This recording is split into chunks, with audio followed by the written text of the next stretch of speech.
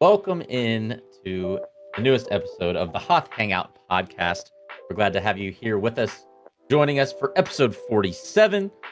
We want to say thank you very much for those of you who are subscribed to the Hoth Hangout YouTube channel. Thank you for the 164 subscribers over there. Appreciate each and every single one of you. If you're not yet subscribed to the YouTube channel, definitely check that out. We've got some new episode reactions for Ahsoka coming weekly, in addition to the podcast. Additionally, you can check us out in the audio format of the podcast on Spotify and Apple and anywhere you get your podcasts. Be sure, if you're an audio listener as well, leave us a review, a 5-star review on Apple and Spotify. We would very much appreciate it.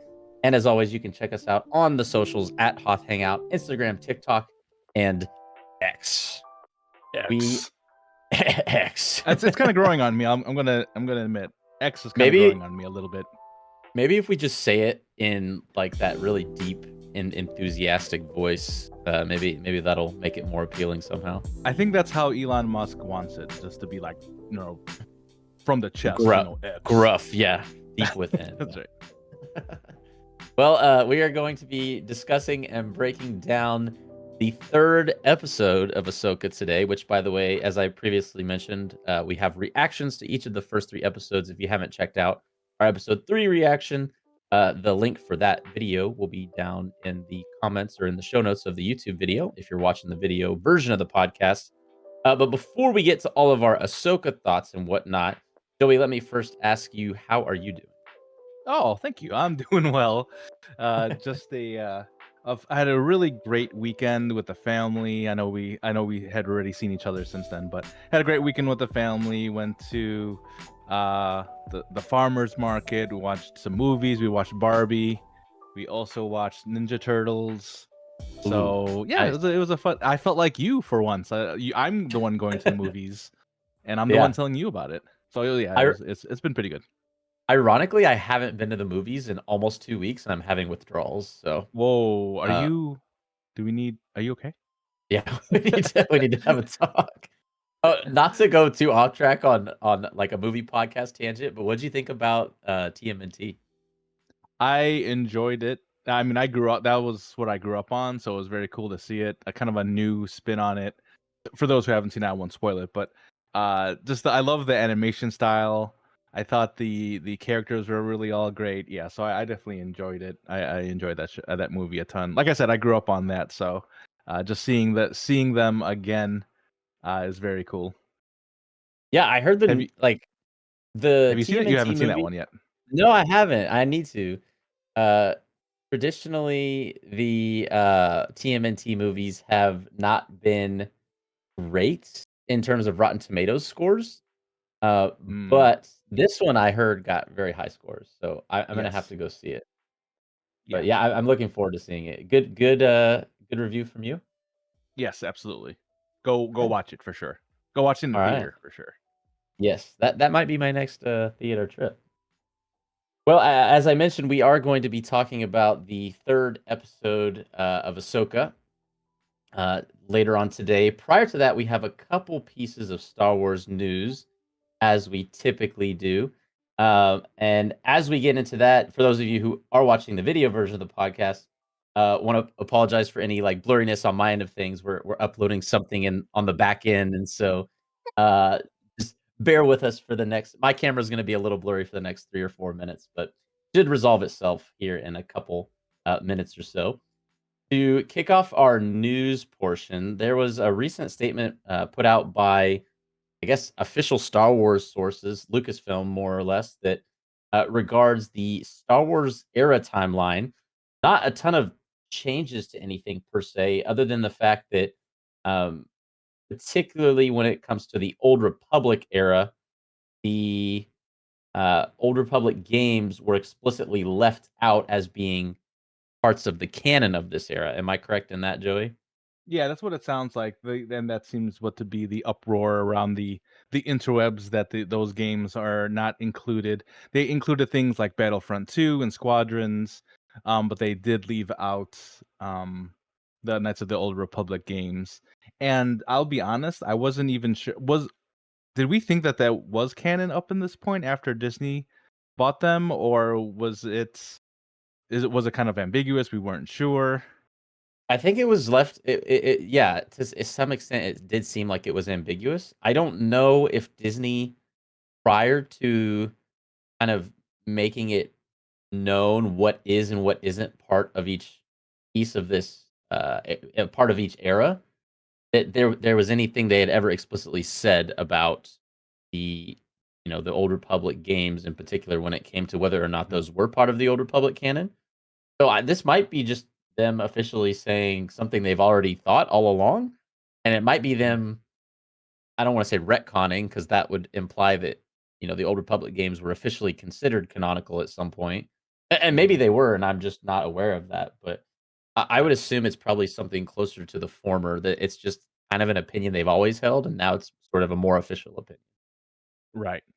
Yeah, and like I said, it wasn't a huge like you said, it wasn't a huge update. We kind of already knew the names of the eras, kind of where they set. I would like to see more of like the years, breaking down the years of Mhm. these particular eras. Kind of, we had mentioned that in our pre-show talk here. If we had, from the Dawn of Jedi, when is that era? Just so we have an idea of where we could put things. The answer is a long time ago in a Yes. galaxy far, far away. Thank And you. then the other thing, yeah, bad joke number 1 of this podcast. The other thing that I think is interesting about years, and we talked about this, like you said, in our sort of pre-show, talk, is that the Reign of the Empire and the Age of Rebellion almost feel like one and the same. Mhm. Like, the Age of Rebellion began during the Reign of the Empire and sort of just overlapped, and then at the end of the rebellion, of course, is when you get the founding of the New Republic. So, um, yeah, like you said, I don't know if you can put exact years on a lot of these. I know a lot of them you Mhm. can, of course, Fall of the Jedi begins with Order 66, or maybe even debatably before that, but all that to say, I don't know if there's, like, exact moments in time where some of these things begin and end. Like, for Mhm. example, Dawn of the Jedi is probably, a rough estimate rather than an exact year. Anyways, all that to say, the official Star Wars eras have been updated courtesy of Lucasfilm officially. By the way, side note, Old Republic games, fantastic for anyone out there who's never played them. Gotta try them. Okay, I'll try. Yes, yeah, coming soon to a podcast near you reviewing the Old Republic games. Additionally, there is a book that we've talked about on a previous episode of the podcast, From a Certain Point of View, Return of the Jedi. We talked about that on episode 44 of the Hoth Hangout podcast, and that is officially coming into stores at the time of this recording yesterday. So you can pick up your copy of From a Certain Point of View at any time now. It is officially released. Also, do want to make a quick note and back in regards to the Knights of the Old Republic games. Gibbo, I think they are. Gibbo was made a note in our chat. I think they are remastering them and remaking them. I'm not Mhm. 100% sure, but I think that's right. Yeah, Mhm. Yeah, I think yeah. that's right, but I think it's on hold or something has happened to the production of that, particular those games, if I'm not Hmm. mistaken. Hopefully they get that resolved. Maybe they're having a writers strike for the games too. That could be, yeah. I don't know. But yeah, back to the certain from a certain point of view, I guess the third from a certain point of view book. Again, there was a New Hope and Empire one already released previous to the release of the Return of the Jedi one. But once again, you can get this anywhere you get your books. Yeah. Available officially on Well, you August can't. 29th. I tried to get it at Barnes It's today, sold and they out? didn't have any. Well, they said they had one, but they couldn't find it, and I'm like, "Well, what do you mean you can't find it? It just came out. You don't have, like, a stack of them somewhere?" So, yeah. I, I Not just anywhere. actually You gotta go find them. Apparently. I called your Barnes& and Noble and I said, "Hey, how many copies do you have?" They I said knew it. 1. And then I I said, knew it. "Can you reserve that for me? I'm gonna drive to where Joey lives." I knew it. Just so I can get that last It copy. it had your name written all over it. Darth Ben, Yeah. once again. Yeah, it was me. Such treachery.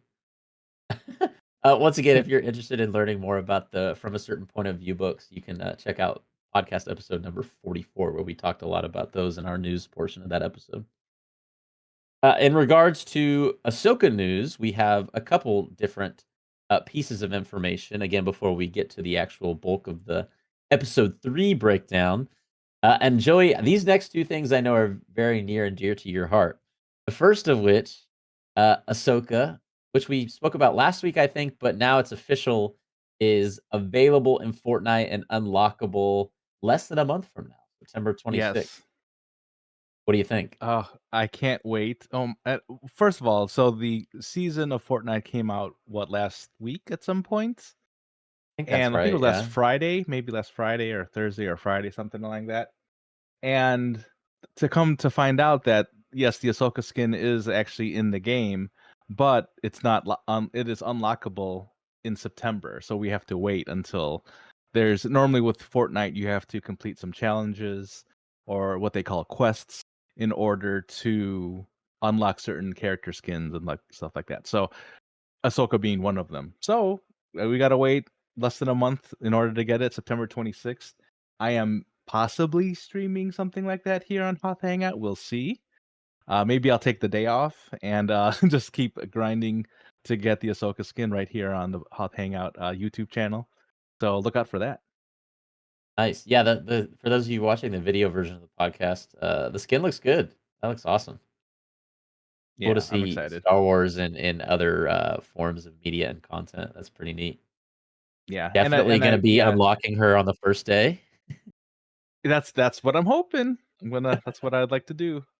I think I Nice. wonder if you could just outright just purchase like the quest and be like, I'll be done with it, you know? Bet you Because can. And I think you and I are on record to say we would spend actual money to get the skin in Fortnite. yeah, I haven't spent money on that game in a while, but I might do it for that. Well, didn't you get it for the Padme? The Yeah, I guess Padme, what was that, like, a year ago or so? Or maybe less than something a like that. year? Yeah, something like Yeah. that. Yeah. Uh, Gimmo saying that would be a boring stream. It would. What, you don't want to watch me grind a quest that says you have to drive like 8,000 meters in order for you to unlock it? Stay tuned, maybe coming to a Hoth Hangout podcast near you. Additionally, the second piece of news regarding Ahsoka is some new Hasbro Ahsoka figures were released. You want to talk about each of these, Joey? Yeah. So I mean, there was quite a bit. Um, oh, yeah, there was quite a bit of new toys that were introduced, but there were a couple of them that I'm really excited about. So there were a couple of Black Series ones that came out. One of the ones that I'm interested in is the Ezra 6-inch figure, and you could see from this particular model, if you're watching the video portion, the video option here on YouTube. It looks like this is going to be not the Ezra that we've seen in Rebels, but the Ezra that obviously from the Ahsoka series. He's got the parted hair, so he looks a little different. And obviously, with this being the uh, uh, Ahsoka branded the toys here, this will all be Ahsoka from her series, right? So we got the Black Series Ezra, that's 6 inches. There's a what's called the vintage Hera figure, kind of in the standard 3.75 inch uh form factor there. There is a Sabine helmet, which looks pretty cool. I don't know the sizes. I've seen like they have like a Boba Fett one. I think they've had a Mando one before. So now they've got one for Sabine, which I think is really cool. Um, I would want it, but I don't know if it'd fit my head, and I don't know if you could return it after you put it on your head. So that's something that looks pretty cool. And then they got a couple of older, so they have a retro series which they kind of make them look a little bit older. When I say older, like from like the 1977 original series of Star Wars figures. They have a couple that are interesting. They have one of Morgan Elsbeth, as you could see here, and of course one of Ahsoka as well. So, kind of giving that old school vibe for those. I really do like those as well because it kind of gives it a that retro feeling, the old school feeling. It's not like perfect; it looks very generic. But those are the toys that we kind of grew up on too. So yeah, those are a lot of fun things that they mentioned there at the. I think that Hasbro had an announcement sometime this past week that kind of showed off all of these. And there's actually more as well. There's some droid ones. There's a couple of chopper ones as well. So a lot of things for collectors. That's so interesting that they refer to them like that they would even make a retro version of Ahsoka and Morgan. Right, It because they weren't it around, obviously, in right. '77 or whatever. Yeah, exactly. But I totally see what you mean, like, just the way the toy looks, it almost looks like it was made in the '70s or '80s. Right. It's neat. I Much like more that. generic looking. And Yeah, yeah, even if you yeah. look at Ahsoka's, like, lightsabers, they're, like, just white sticks or whatever, just Yeah. not even there's nothing great looking about them. The hilts aren't even designed or, like, detailed or anything. Listen, they tried really hard in 1978 to make good-looking lightsabers from the Hey, toys, okay? they're doing their best, alright? Yeah, yeah, they're trying. Come on. Yeah, those are pretty cool. We might have to pick some of those up and, display them here on the pod sometime. A couple last pieces of information, and then promise we are just about ready to start talking about the 3rd episode of Ahsoka.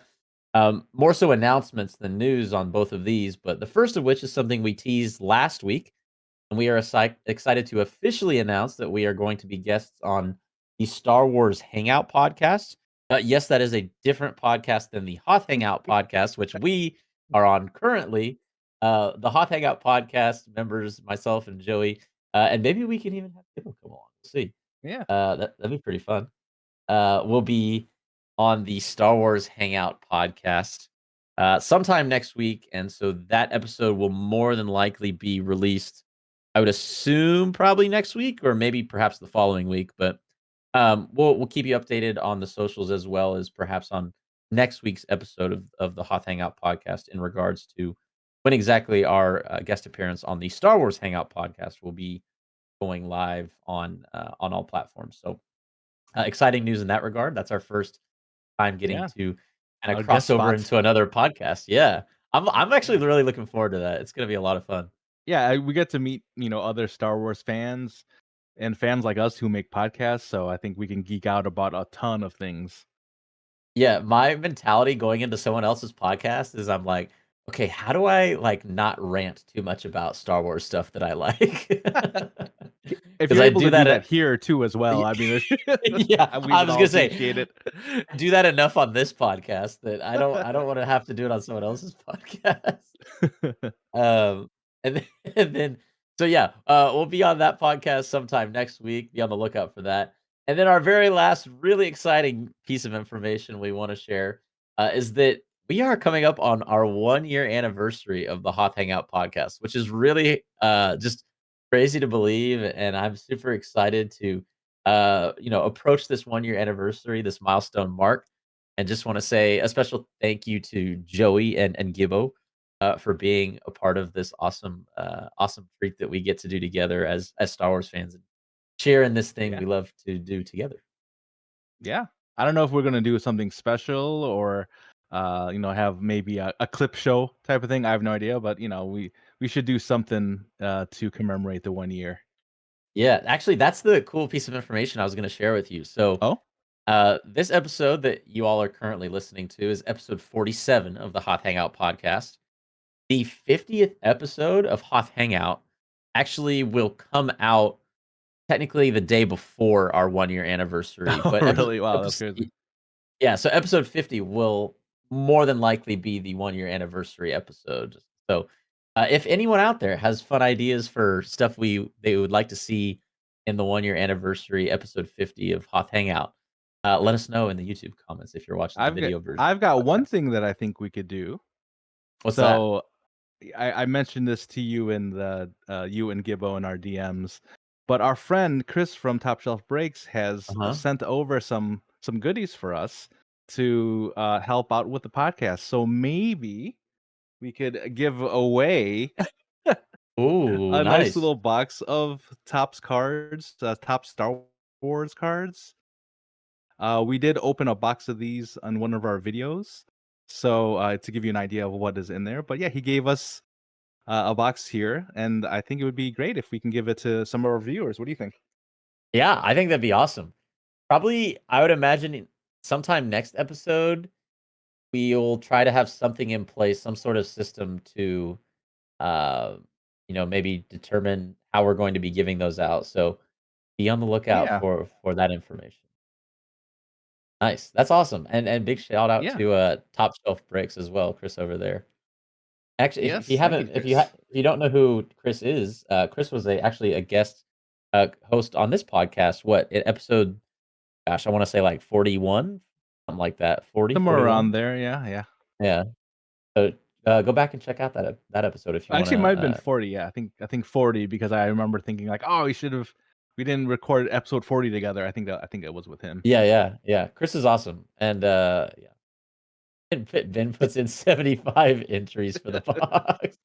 Why are there so many entries that all have Ben's name on it? Yeah, That's so weird. they're like different spellings of his name. Yeah. Well, what do you know? We're 24, 25 minutes in, and we're ready to talk about the episode itself. We did it. But yeah, We're here. we did it. That concludes all the news we wanted to discuss, and we'll try to rip through the episode 3 breakdown. No promises that this podcast episode is going to be less than an hour, but we'll try our best. Real quick overview. What are your thoughts on the episode as a whole? I think after watching it again, I actually liked it a little bit more Okay. because of I think it was more because it really hits me as a fan, like a lot of the kind of references and things that that we would know. That one meme of Leonardo DiCaprio in that one movie where he's like, when he gets off his couch. That was Uh-huh. me, like pretty much the entire episode. So, so I think that probably I don't know if that will necessarily change my initial score for the episode, but I did enjoy this a second time around. Nice. Yeah, I don't know if my score would necessarily change after having seen it 2 times. Um, but nonetheless, I will say I loved the episode, and um, there was a lot to like about it, and I think just generally, this was something we mentioned just right after our initial reaction. I said I think something to the effect of it was almost designed to be a filler episode, but it didn't feel boring Mhm. like a filler episode. Right. And I don't even know if I like using filler is the right word because I think filler implies boring. What this episode did is it was a connecting point between, the beginning of the show, the premiere, and kind of where we're going, this search for Ezra and Thrawn and tracking down Morgan. Uh, but to imply it was filler, I think would mean that it was boring, and there was definitely plenty that happened throughout the episode that we'll get to talk about here in a sec. Mhm. Um, it made it really cool, especially from, someone's perspective that loves the lore stuff. I thought that was fun to see the inclusion of certain things, and Yeah. one thing I did wanna ask you about, I'm curious what your thoughts are on this.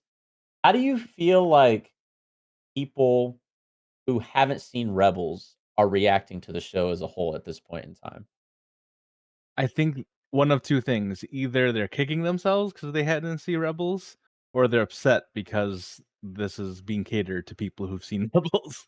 So Right. Do you think yeah, it so makes them not like it as much or not understand it? It's frustrating to them? I could see it being frustrating because I think about even like the Marvel movies when maybe I've missed a movie in the middle of it and they reference something in that movie that I think maybe have been referenced in that movie, and I'm like, am I supposed to understand what this is about or who this person is?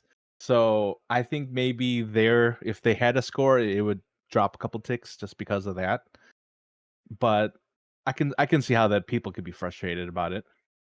Yeah. I'm just trying to put myself in those shoes. Like, if I Mhm. had no idea who Sabine was, I think I would be asking myself, why do people care so much about this person? Like, it's obvious to someone who, has seen Rebels, like, why we care Mhm. so much about her. But I don't know. I guess I wanna put myself I wish I could, like, wipe my mind of Rebels just for a day. That Mhm. not forever, just for a day. Just so I can know what it's like, how it is to perceive the characters in this show, having none of the foreknowledge. Right. I don't But know. you could That was say a you could say the same about Ahsoka in general. Like if Sure, you haven't yeah. watched Clone Wars, if you haven't watched Rebels, I Yeah, mean, if you've only seen her in Mandalorian and Boba Fett, you kind of that isn't a ton of time. right. So, you know, that's a fair point. How do people who haven't watched all of the animated series, haven't not kept up with the lore, how are they receiving the show? Are they enjoying it? I think I saw that somewhere Disney published like the premiere got like 14 million views or something like that. So there's definitely a ton of people interested in it. But Mhm, and I think I've seen, the ratings have been pretty decent for it as well. But mhm. as I'll be interested in, as the season goes on, where those numbers lay episode by episode. Yeah. Yeah, I just, I I I enjoyed all 3 of the episodes, but I don't know Mhm. how much of that is because, it's like let me just say it this way. I feel like there's always going to be people who complain about something with Star Wars, Sure. no matter, what is being made. I Yeah, think yeah. this show, more than any show we've ever had, is leaning very much on prior knowledge, which for Oh, some absolutely. people is like, I have to watch this and that to understand this. I mean, But not for, us. yeah, exactly. Like, we love this because for that reason, because you Mhm. have to watch the other stuff. But some people, that's the reason they don't like it. So, you can't please everyone, and I'm very happy with it, but there's people out there who are like, Sure. I don't understand these characters right now." Right. So, I wanna get a better pulse on the Yeah. community and see what the general thoughts are in regards to. I think most people far and away love it, for the record. Mhm. I was thinking about that today. How would people perceive Yeah, it who had no idea of who these course. characters are? But, well, just to, I guess, walk through the episode real quick. It starts off with a cool training sequence with Sabine, training with Hu Yang. Hu Yang's got the General Grievous sabers going Yeah. on, and then later on, Sabine is also kind of using the Luke visor blast shield, whatever it's called, the helmet with the visor on it, to prevent her from seeing anything. And meanwhile, Ahsoka is kind of like training, I guess if we're gonna Yeah. call it that, her, like, kind of like taunting her at Right. the same time, but Right, it's yeah. like equally a lesson in patience as it is in the Force, probably. So, I what'd you feel think a of that very, scene? like I feel a very, like, older sister antagonizing younger sister type of vibes with these 2 Yeah. sometimes. Where, I mean, you could, when, 'cause Sabine, she is locked in, she's trying to figure things out. But then, obviously Ahsoka being able to see, and being as good as she is with the Force, just kinda just tapping her and just almost, I mean, it doesn't, with other masters, it seems like they're really teaching their students. With her, there's a little bit, I feel, of like, her like getting under her skin a little bit, but I don't know if that's just the relationship that they have.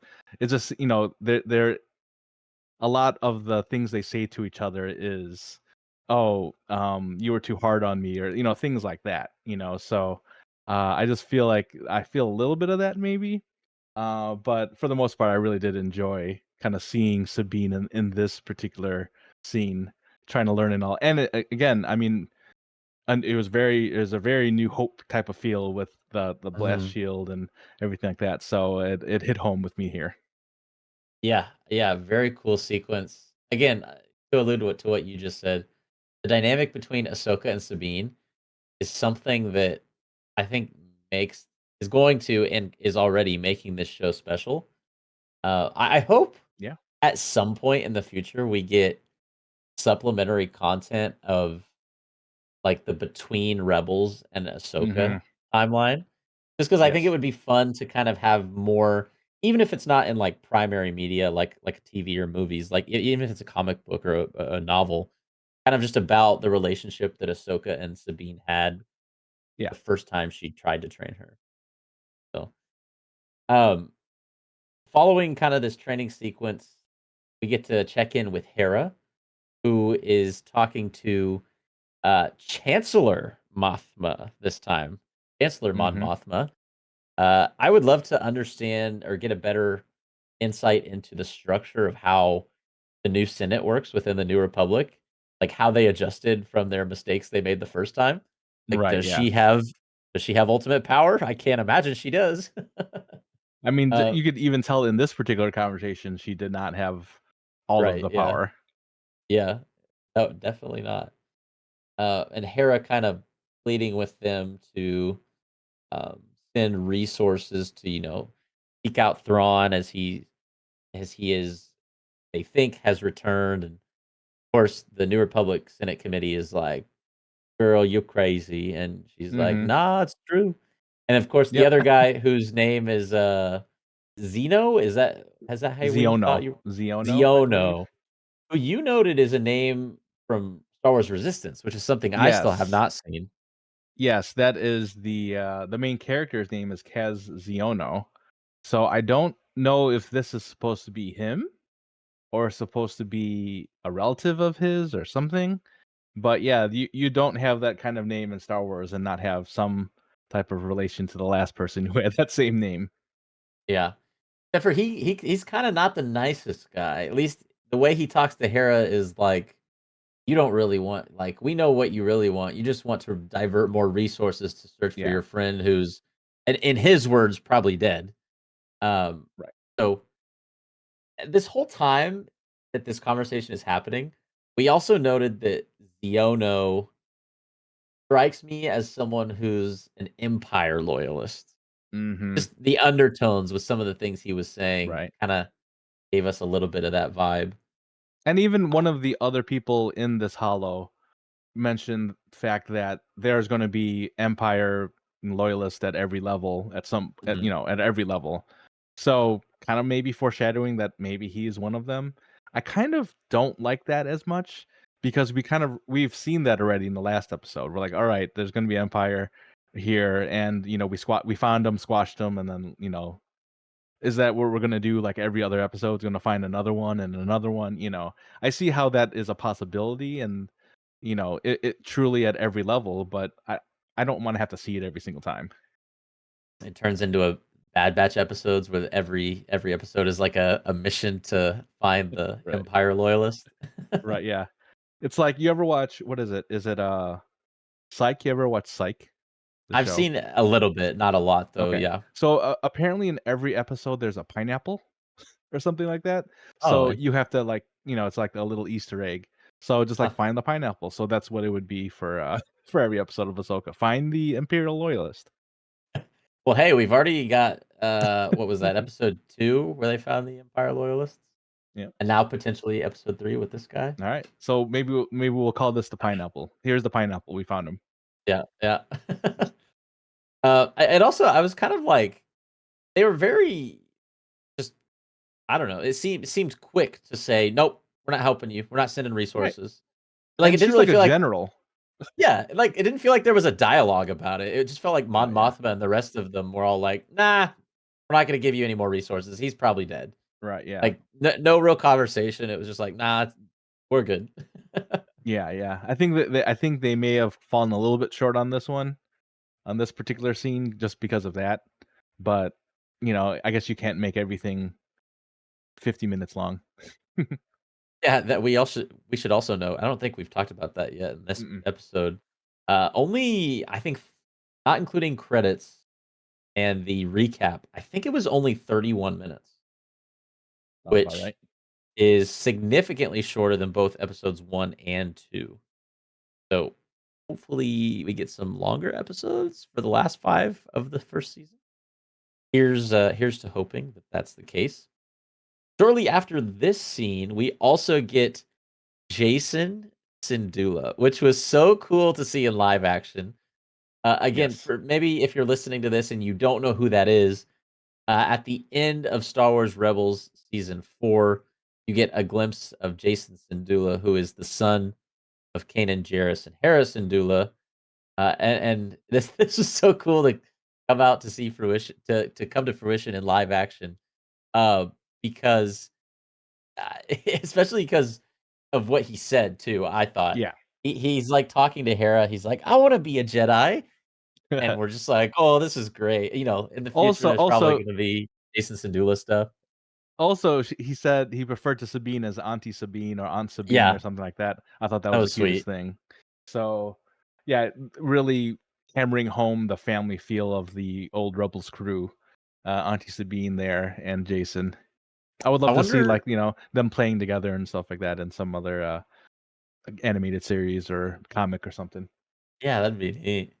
I wonder how much of a role he's actually gonna have in the show, or and how much of just putting him in this episode for a minute was like fan Fan service. service. Yeah. Yeah, yeah. Hey, I I'm like. fine. Yeah, I'm cool I'm with good. it. I I was appreciated it. totally okay with it. Yeah. But, is he gonna be like someone who Thrawn kidnaps and is like uses as a pawn against Hera and Ahsoka, Oh, or oh, I know. I hope that's so scary and sad, but maybe. Thrawn would do it? Can't put anything past Thrawn. Which, speaking of, still have not seen yet. I don't think we'll see him in next week's Uh-uh. episode either, if I had to guess, but Yeah. hopefully in the latter half of the first season. Something that we've touched on several times, especially in the last 2 weeks of the podcast, is this discussion surrounding Sabine when it comes to how they're going to portray her, whether they just say, "Okay, she's a Jedi now, she's Force sensitive," or whether she just goes about this training in a way where, she's not really Force sensitive, but Ahsoka's gonna train her anyway. And it seems like they've chosen a route that is much closer to the second of those 2 things. What do you think about the way they've chosen to go about Sabine's character in regards to her training with Ahsoka? I think Ahsoka said it best when she was talking to Hu Yang about being a Jedi. She's not going to be the best Jedi. Ahsoka says, "I want her to be the best her." The best Sabine, essentially. And so we're not going to be expecting a Luke Skywalker, a Rey, a Kanan, an Ahsoka. This is just going to be Sabine being able, if she ends up, which it seems like she's going to end up having some Force ability at some point. She's going to be, have maybe one trick in her bag. That's kind of how I'm going to label this. Maybe she won't have all of the skills, but slowly, and I can kind of digest that a little bit better, where it's not going to be because and we've said this before, like Luke. I mean, he didn't do anything with the Force for how many years, and then they gave him the most important job on the on the battle on the Death Star. You know what I mean? Because he had the Force, and what did he have Obi-Wan for like 2 days, and then now he could do all of this. So I mean, I think this is a little bit better because it's like, well, and the same with Leia. Leia didn't do anything that we're aware of for a very long time, and those were the son and daughter of Darth Vader and Anakin. You know what I mean? So if anyone's gonna be Force sensitive, it's gonna be them. And from the start. But Sabine here, if they're gonna go like the route of, and I think I read something from somebody mentioning about The Last Jedi, how Luke had that long speech about with Rey talking about the Force and what it is. Remember, she's on that rock doing the meditating there while he's talking. Mhm. Um, and he ultimately comes to the conclusion saying that Jedi don't own this power. They don't own the Force. This is not, it's in with everybody, and that's why he wanted the Jedi Order to end and all this stuff, right? So I think that putting all that together and then putting this scene in there, this scene with her trying to move the little cup or whatever, and also just her arc at this point in the storyline in Ahsoka, I think it was a smart that, all right, here's somebody that wants to use the Force, and as we know, everything has the Force within it. Now she's just trying to tap into it. I can't hate on that too much. And the fact that she can't do it yet, that's better because it's not like snap, I got it. But so I'm actually happy with how they're approaching it right now. Yeah, I would agree 100%. I think the only thing I would add is that the fact that they're showing her attempting to do it, which is something we touched on in our reaction, like, she'll probably, to some level, like, do something that implies she's becoming more Force sensitive. Like, even if it's something as small as, like, being able to, like she's probably gonna be in, like, a situation of duress, Mhm. and like, her lightsaber is, like, out of reach, and she's like, "Please," she's, like, force pulling it, and, Yeah, like, yeah. she actually force pulls it, and you're like, "Oh my Right, yeah. gosh." Like, Right, yeah. I'm okay with that. I just I don't think they've set her up as a character now who's not going to be really powerful in the Force, which is okay. I think that's perfect for the character.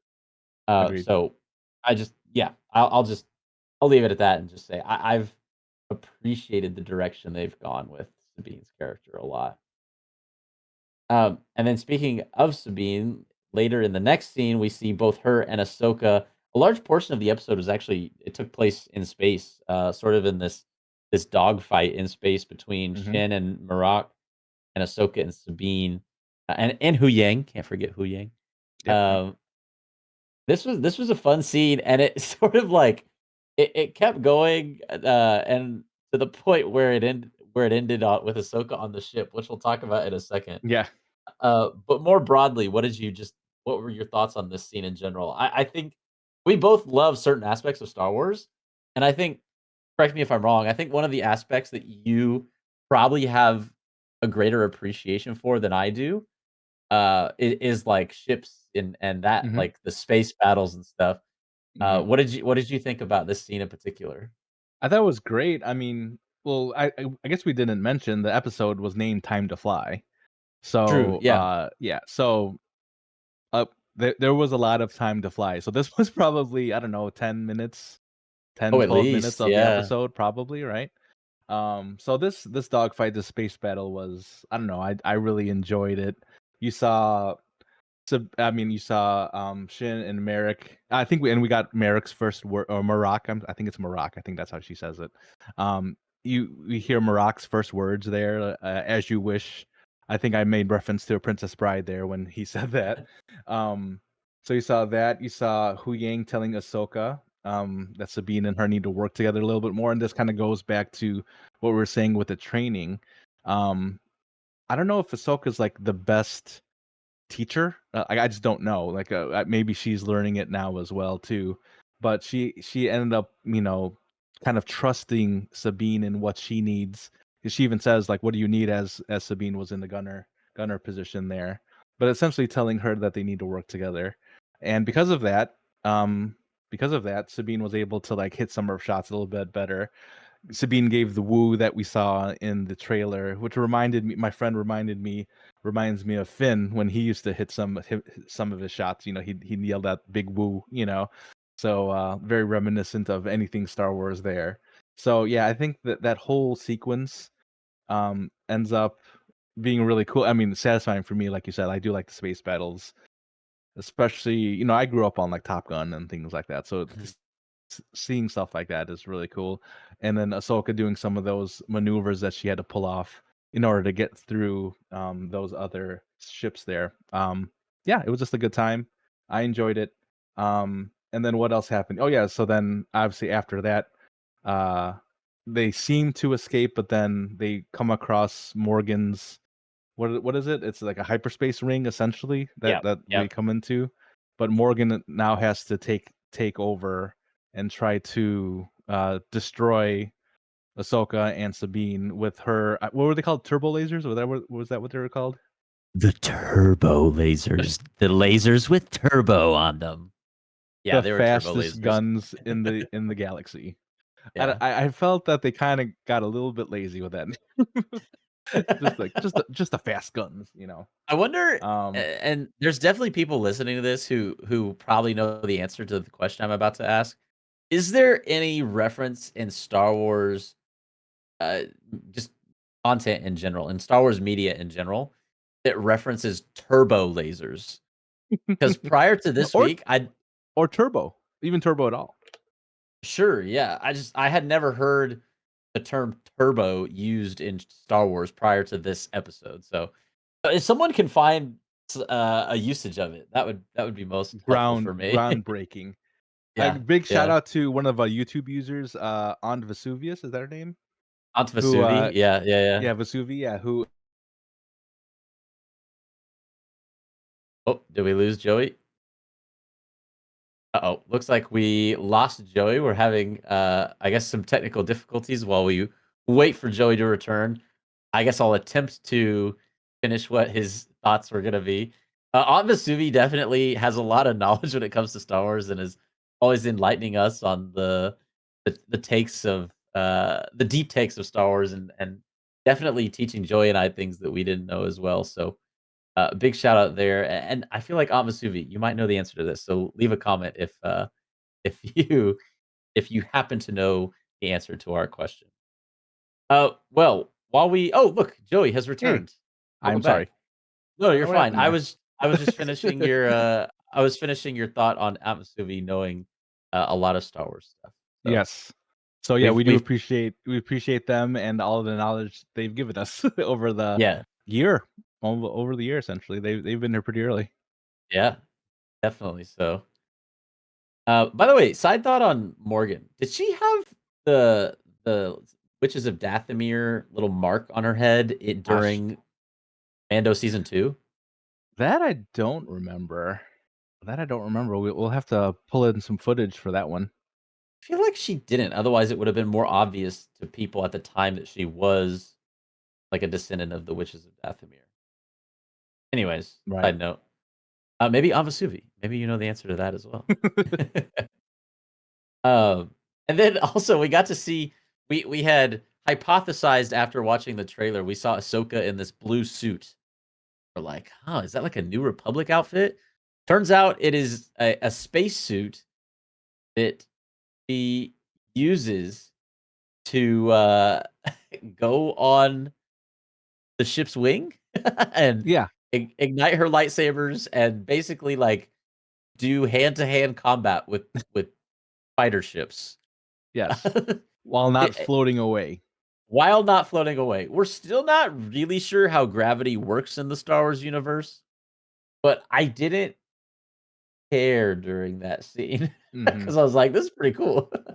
Yeah, yeah. Right, right. And and I wanna say, and I made reference to this in the reaction video. We have seen in The Last Jedi when Leia actually was in space and was able to force pull herself back onto the ship, I guess. Mary I Poppins. think that the Mary Poppins move, if you will. Yeah, Um, so we have seen that. And I wanna say there was another, and I should have looked it up since the last time we talked, but I think there was another instance of using the Force in space, kind of like what Ahsoka did here. But I will say when she kind of jumped off of the ship, kind of did a little twist in the air and sliced up the wings off of one of the opponent's ships there, I gasped. I squealed. I was that was fun. It reminded me a lot of when Rey did that in Rise of Skywalker with Kylo's ship. There on that one sand planet. I can't remember the name of it, but yeah, she did it there as well. So I enjoyed that. There's a little bit of a callback to that. But yeah, I enjoyed it. I don't understand physics kind of in general, so I can't hate on it too much. But yeah, I did like it. The suit's super cool too. If you're looking on the YouTube video right here, I that's a really cool suit.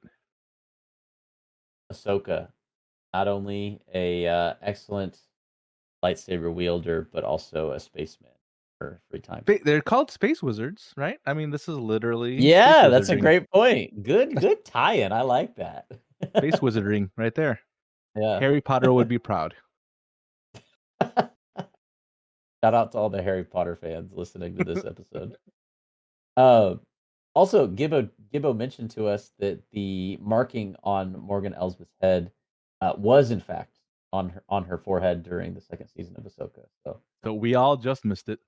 yeah, that was like revisionist history on my part, thinking I don't think she did have that. Nope, in Yeah. fact, she did have it the whole time. Something we also got to see in live action for the first time was the Purrgil. If you don't know what this is or what word just came out of my mouth, during the Star Wars Rebels show, these massive whale-like creatures that are able to travel at the speed of light at hyperspeed um, come out of and they basically Ezra communicates with them through the Force and through their sort of attaching themselves to Thrawn's ship. This is the reason that Ezra and Thrawn are not in this galaxy at the moment because the Purrgil, attach themselves to the ship with Ezra and Thrawn inside, and then jumps to light speed. So these things have the ability to travel at the speed of light, even though they don't look like it. But it was neat to see them in live action because they just Yes. they're so massive. They look big in Rebels, but they looked even more Hmm. big in this show. It was really cool to see. Yeah, and they gave us a little bit of lore. I don't think that did we know that they can go from galaxy to galaxy up until this point? I don't remember that Mm, particular piece of information.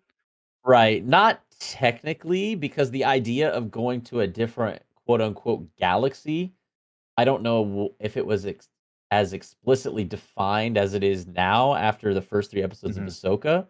I think Hmm. you might be able to infer that they can go far and maybe can even like somehow had something to do with the world between worlds. I guess we're still a little bit unclear on how it all just works in general, I should Yeah. say. Like, is this separate galaxy that the Purrgil traveled to, is this accessible through the world between worlds? I mean, I would assume it is, but, we're not still exactly sure how that works, so Right. I Yeah. guess I'll plead the 5th and say Yeah. And TBD.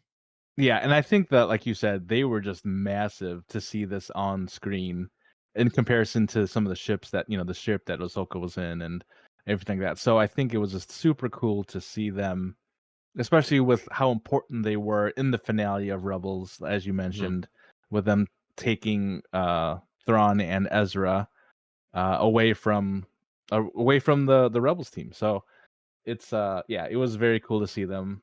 Uh, I think we did see them in the trailer, so we knew they were coming, mhm, but to kind of finally see it here was special. And again, since we saw Rebels, we kind of have this already information with us, and even more important when we see it on screen, how cool it is for us. So going back to what you were saying earlier, and no, yeah, I loved it. I love these guys. I don't know how there's so many of them or where they go, but they're huge, and I love them. Yeah, I hope we get to see more of them. I would imagine we will probably in next week's episode. And also we should mention that the thing that Morgan Elsbeth is building, this hyperspace ring, is almost in essence an artificial version of what the Purrgil can do. Like they Right. kind of are meant to do the same thing more or less. Like take whether it's the person using the hyperspace ring or the person who's like with the Purrgil far away to this distant galaxy at the speed of light. So my question is with the Purrgil though, like how much control or influence or say do you actually have as to when you jump out of light speed? Or is it just kinda Right. Yeah. whenever they want to? Yeah, because I mean, if yeah, because I think you mentioned Ezra had spoken to them through the Force before, and he's not around, so it's not like he, if he's the one doing it, I don't know how it's determined where they end up. Right. Yeah. Well, maybe we'll get more info on that as well. Hopefully, we get more Purrgil in the next few weeks. And then the episode kind of concludes, Ahsoka and Sabine are able to escape. They go to the planet, I think it's Denab, I think I'm pronouncing that correctly. And this is also so they hide in the forest, they escape from Shin and Marak. And this is also the planet where the sort of the portal to the world between worlds is, where Balin is with his Knights of Ren, who aren't actually the Knights of Ren, but kind of resemble it. Knights of Ren Uh, Jr. yeah, exactly.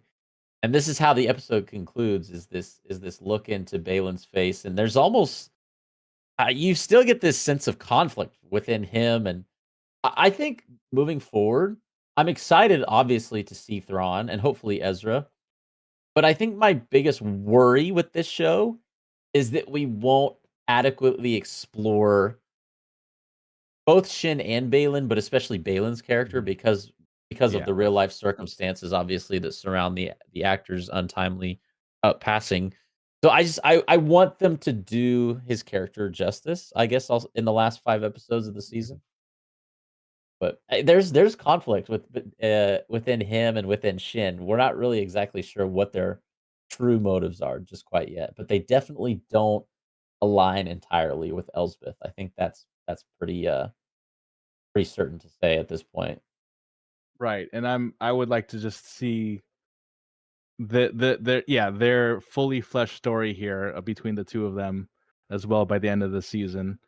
I really hope that happens, but with all the stuff that's happening, I just don't know if we get it all.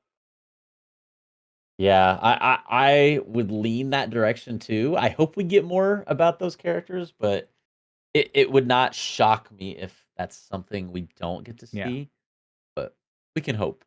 Hopefully yeah. so. And it's in some way or another, I think there will probably be, I would imagine, like a post episode 8 tribute Hmm. to Ray Stevenson as well. Sure. So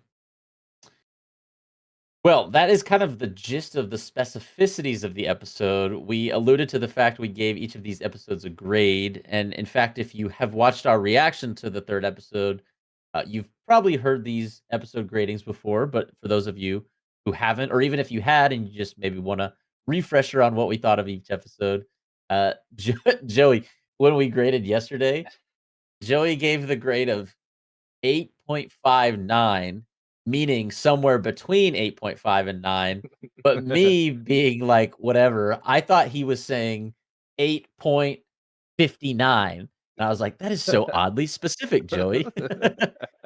Would you like to amend your score to an 8.59, or are you sticking with what you had before? I mean, I think I will stick it to I think I'll stick with the 8.5 Okay. on the episode here. Like I said, I think it was really fun to watch. It was a lot of the space battle I particularly enjoyed. The gravity portion of it, I was kind of we even if you watch the reaction, we were kind of like, "Oh, what's happening here?" We're kind of I can't even wrap my head around it. But the Sabine training, Jason Sindula, the Purgils, all that stuff really hit home for me. And so I really did end up enjoying it quite a bit. Although maybe not the 9.5 that I gave the premiere episodes to the premiere episodes. I will say a lot of that was just for the excitement of the episode as well. But I think the length of the episode didn't really hit for me. I wanted this to be a little bit longer. But to kind of what you were saying before, although this may have initially tried to be more of a filler type of episode, I wouldn't even call it a filler. I look at this more of a bridge episode Yeah. where this is how to get to episode 4. As Yeah. opposed to having filler of just like things that don't make have any consequence after the end of the episode. Mhm. So like Jack Black and Lizzo, just saying. But Hey, I heard they were but gonna be in episode 4 next week. Is that true? yeah, I hope so. I hope so. Um so yeah, I think I'll stick with 8.5. I still enjoyed it, but had a couple of things where I raised my eyebrows too. Um but like I said, still enjoyable. I really liked it. What about you? Yeah, I'll reiterate what you said. Not only your score, because I'm also going 8.5, but also the idea that this was that bridge episode uh, between kind of where we've been with the premiere and where we're going with sort of the hype of the plot of this Mhm. season. Particularly, what I thought this episode did well, apart from just fun action scenes, which I thought were good. Again, like some questionable stuff with the space gravity, whatever. I can look past that. But Yeah. what I really think this episode was about was, uh, both mending and strengthening the relationship between Ahsoka and Sabine. I think that was sort of the Yes. point of this episode, Right. apart from, like, the major plot points of, like, learning about the hyperspace ring, seeing the Purrgil, um, which are obviously important, but the underlying message of this episode is a bit of maybe even, like Ahsoka being able to forgive herself for giving up on Sabine a little bit by trying to meet her Mm, where she's at. I mean, that's what she says in the part of of the episode where, Sabine doesn't have to be a Jedi, she just has to be Sabine or be herself. mhm. And so, like, this whole episode is about those 2 characters. It's about them Yeah. beginning the mending process and moving forward, and that's what you see within the action scenes. It's kind of this Ahsoka's like, "Okay, like, I need to," like, when she asks Sabine, like, "Alright, tell me what to do," Right. that's just Yeah. What do a you need? small She example. says, "What do you need?" I mean, that's a Right, pretty yeah. powerful that's a powerful way to say that. Yeah, in other words, like, "I'm here for you, like, how can I help? What do you need?" Exactly. So, yeah, that's really what the theme of this episode was those 2 and their relationship, so, only gonna get stronger from here on out, I would imagine, and excited to see where we go in next week's episode 4. Any predictions, by the way, for next week's episode? Or perhaps if you have any more thoughts on episode 3, any closing thoughts on that? I think Jason Sindula is gonna take over the entire Mm. episode. Jason Sindula is actually Thrawn's apprentice working from the inside. Right, yes. It's actually Meanwhile Jason Maroc isn't actually Jason Sindula from the future. Oh, dude, okay, side note, because I'm imagining next week we'll probably talk a lot about the World Between Worlds, and if not next week, definitely episode 5. I think at some point in this show, we are probably going to see played out in live action what an alternate reality looks like of something that has already happened Mhm. in a Star Wars movie. So Oh, I think that's where we're please, that'd be going. great. That would be Yeah. awesome. Yeah. I mean, obviously it's not gonna be like, now this is like what actually happened. I think it's gonna somehow be like, look what could have happened this way, Mhm. sort of thing. Right. Anyways, more lots to be excited about with upcoming Ahsoka episodes. After next week, we're halfway done. Isn't that wild? Halfway done. It's at tier. I'm sad about Yeah. that.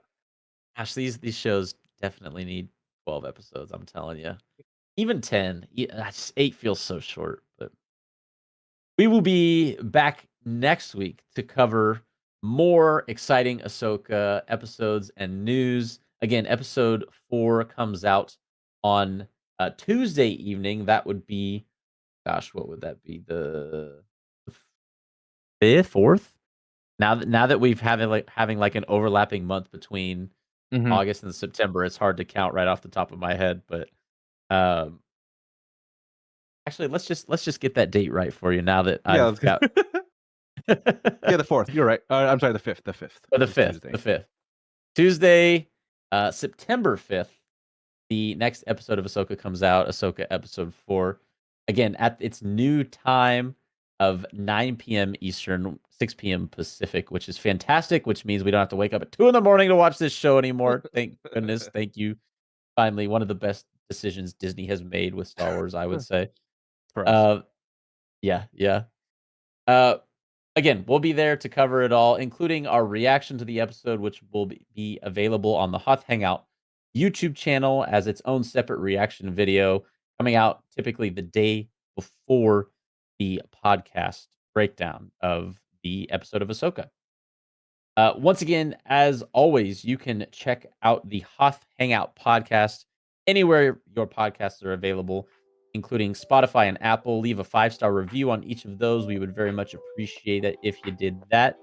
And again, if you like the video version of podcasts, check us out on YouTube, where you can subscribe to the Hoth Hangout YouTube channel and be the 165th or the 166th or the 167th subscriber to the channel. You never know.